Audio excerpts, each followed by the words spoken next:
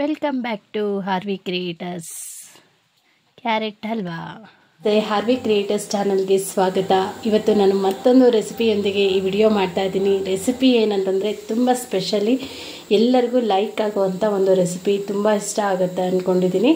So ನೀವೇನಾದರೂ ಇದನ್ನು ಮಾಡಿ ಇಷ್ಟ ಆದರೆ ನನಗೆ ಒಂದ್ಸರಿ ಕಾಮೆಂಟ್ ಮಾಡಿ. ಹಾಗೆ ಈ ವಿಡಿಯೋನ ನೋಡ್ತಾ ಇರೋ ನೀವೆಲ್ಲರೂ ಕೂಡ ನನ್ನ ಚಾನಲ್ನ ಲೈಕ್ ಮಾಡಿ, ಶೇರ್ ಮಾಡಿ ಅಂತ ಹೇಳ್ತಾ ವಿಡಿಯೋ ಸ್ಟಾರ್ಟ್ ಮಾಡ್ತಾ ಇದ್ದೀನಿ. ಮೊದಲಿಗೆ ನಾನು ತಗೊಳ್ತಾ ಇರೋದು ಈ ಒಂದು ರೆಸಿಪಿ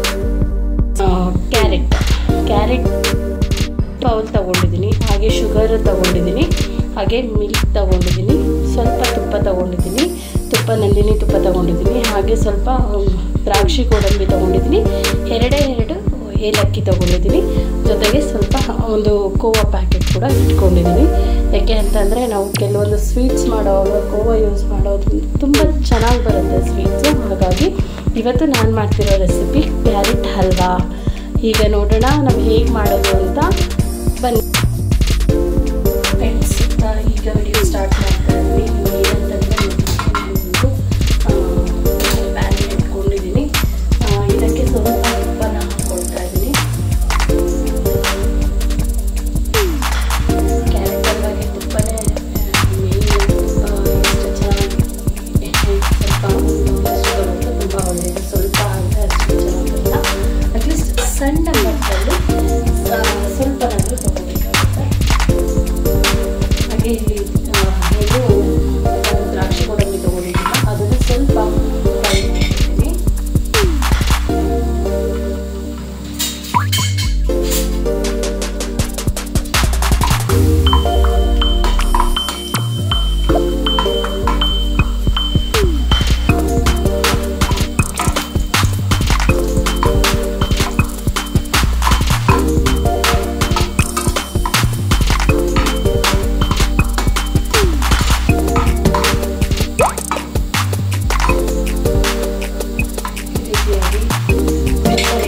ದ್ರಾಕ್ಷಿ ಎಲ್ಲ ಸ್ವಲ್ಪ ದಪ್ಪ ಉಟ್ಕೊಳ್ತಲ್ಲ, ಅದನ್ನು ಸ್ವಲ್ಪ ಅದನ್ನು ಬಿಸಿ ಮಾಡ್ಕೊಳ್ಬೇಕಾಗುತ್ತೆ. ಬಿಸಿ ಮಾಡಿಕೊಂಡು ಇದನ್ನು ಪಕ್ಕಕ್ಕೆ ಎತ್ತಿಟ್ಕೊಳ್ಳೋಣ. ಹಾಗೆ ಇನ್ನೊಂದು ಸ್ವಲ್ಪ ಉಳಿದಿತ್ತಲ್ಲ ಬೌಲಲ್ಲಿ ತುಪ್ಪನ ಇದ್ರೊಳಗೆ ಹಾಕ್ತಾ ಇದ್ದೀನಿ.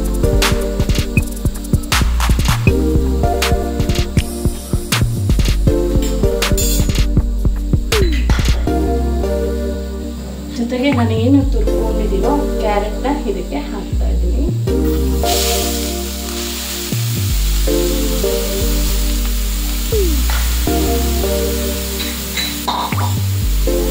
ಕ್ಯಾರೆಟ್ನ ನೀಟಾಗಿ ಸ್ವಲ್ಪ ಫ್ರೈ ಮಾಡ್ಕೋಬೇಕು. ಕ್ಯಾರೆಟ್ನಲ್ಲಿ ನೀರಿನ ಅಂಶ ಇರುತ್ತಲ್ವ, ಸೊ ಅದೆಲ್ಲ ಹೋಗೋವರೆಗೂ ನೀಟಾಗಿ ಫ್ರೈ ಮಾಡ್ಕೋಬೇಕು ಫ್ರೆಂಡ್ಸ್.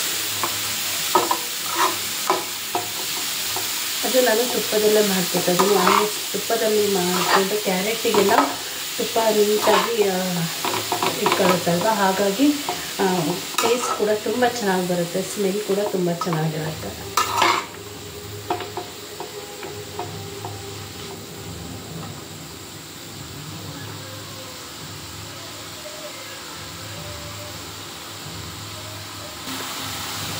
ಕ್ಯಾರೆಟಲ್ಲಿ ನೀರಿನ ಅಂಶ ಹೋಗೋವರೆಗೂ ನಾವು ನೀಟಾಗಿ ಸ್ವಲ್ಪ ಚೆನ್ನಾಗಿ ಫ್ರೈ ಮಾಡ್ಕೋಬೇಕು. ಎಲ್ಲ ಫುಲ್ ಹೊದ್ರು ಬರೋವರೆಗೂ.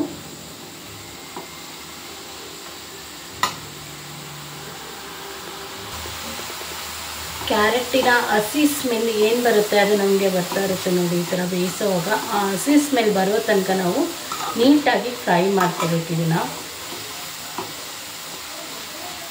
ಇದಕ್ಕೆ ಯಾವುದೇ ಆಯಿಲ್ನ ಬಳಸೋ ಹಾಗಿಲ್ಲ, ಆಲ್ಮೋಸ್ಟ್ ತುಪ್ಪದಲ್ಲೇ ಮಾಡ್ತಾ ಇರೋವಂಥದ್ದು.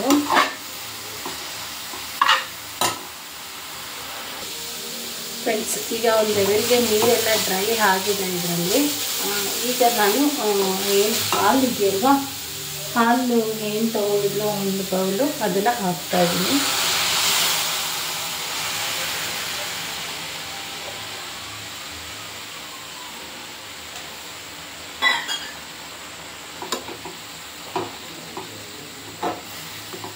ಹಾಲನ್ನು ಹಾಕಿ ಸ್ವಲ್ಪ ಹೊತ್ತು ಬೇಯಲಿಕ್ಕೆ ಇಟ್ಕೋತೀನಿ.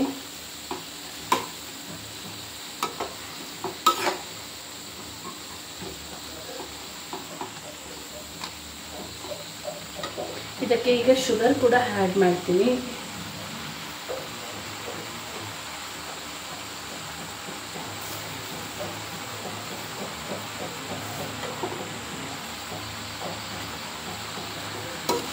ಶುಗರ್ನ ನೋಡಿ ಫ್ರೆಂಡ್ಸ್, ನೀವು ಎಷ್ಟು ಕ್ಯಾರೆಟ್ ತೊಗೋತೀರೋ, ಎಷ್ಟು ಬೌಲ್ ಕ್ಯಾರೆಟ್ ನೀವು ಏನು ಅಳತೆ ತೊಗೋತೀರೋ ಅದರ 2 ಪಟ್ಟು ಹಾಕಿದ್ರೆ ಸಾಕು. ಟೇಸ್ಟ್ ಚೆನ್ನಾಗಿ ಬರುತ್ತೆ.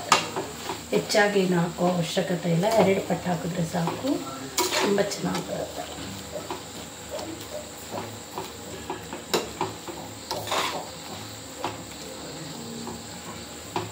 ಈ ರೀತಿಯಾಗಿ ಮಿಕ್ಸ್ ಮಾಡಿಕೊಂಡು ಚೆನ್ನಾಗಿ ಬೇಯಲಿಕ್ಕೆ ಬಿಡಬೇಕು.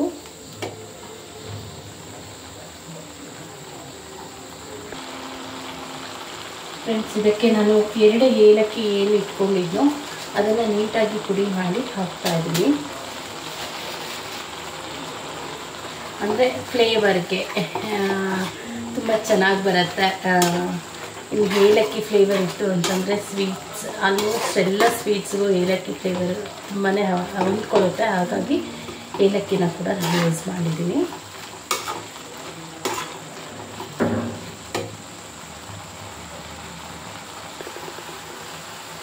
ಫ್ರೆಂಡ್ಸ್, ನಾನು ಕೋವಾ ತೊಗೊಂಡಿದ್ನಲ್ಲ, ಸೊ ಅದನ್ನು ಕೂಡ ನಾನು ಇದಕ್ಕೆ ಆ್ಯಡ್ ಮಾಡ್ತಾಯಿದ್ದೀನಿ. ಅಂದರೆ ಸ್ವಲ್ಪ ಆ್ಯಡ್ ಮಾಡ್ಕೋಬೇಕು. ನೀವು ಎಷ್ಟು ಬೇಕೋ ಅಷ್ಟು ನೋಡಿಕೊಂಡು ಆ್ಯಡ್ ಮಾಡ್ಕೋಬೇಕಾಗುತ್ತೆ.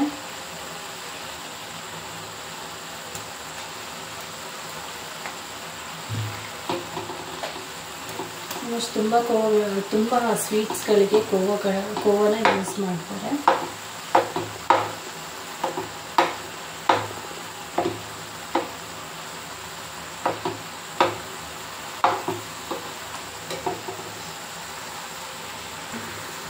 ಕೋವಾ ಇದರೊಳಗಡೆ ಬೇಯ್ತಾ ಅದೇ ಕರ್ಕೊಳ್ತಾ ಇದೆ. ಸೊ ನೋಡಿ, ಈ ರೀತಿ ಕರ್ಕೊಳ್ಳುತ್ತೆ. ಅಥವಾ ಫುಲ್ ಎಲ್ಲ ಒಟ್ಟಿಗೆ ಮಿಕ್ಸ್ ಮಾಡಬೇಕು.